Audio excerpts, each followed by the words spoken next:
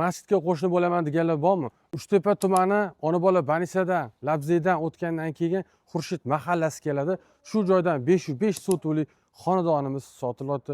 Men narxini video davomida aytib o'taman. Agar siz masjidga qo'shni bo'laman desangiz, aynan shu uyni olishingiz kerak bo'ladi. Sababi mana bu Labzey masjidi yangi quryapti. Shunga qo'shni bo'lasiz.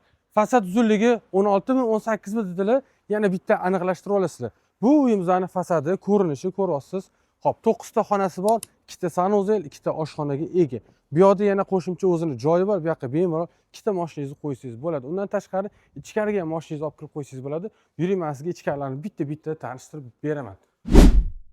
O'zingiz bitta ko'ring, yoqqanmiz albatta laykka qizartirib qo'yaverasiz. Bu yerdan asosiy uylarga kiramiz. Bitta, 2 ta, 3 ta, 4 ta xonalarimiz ketma-ket joylashgan. Qaranglar, ichkarida ham oshxonamiz bor, qishki oshxona. Tashqarida mana bu joyda yozgi oshxonamizni joylashtirgan. Bu yoqda bo'lsa, mehmonlar keladigan bo'lsa, sanuzel va yuvinish xonasiga ega. Tepada balxonasi ham bor. Bu yoqda mana fontanlarni yoqib qo'yib, maza qilib shu xonadonda yashayverasiz. Okay? Narxini startiga $255 ming deyaptilar. Yana kelishadigan joyi bor. Bu videoni Uchtepa tumani atrofidan, ona bola Banisa atrofidan uy qidirayotgan tanishlarga jo'natib qo'ying. Albatta, masjidga ham qo'shni bo'lib qolasiz. Pastdagi raqam bo'ladi, telefon qilaverasizlar. Shunaqa yaxshi variantlarni o'tkazib olmaslik uchun bizning kanalga obuna bo'lib qo'ying.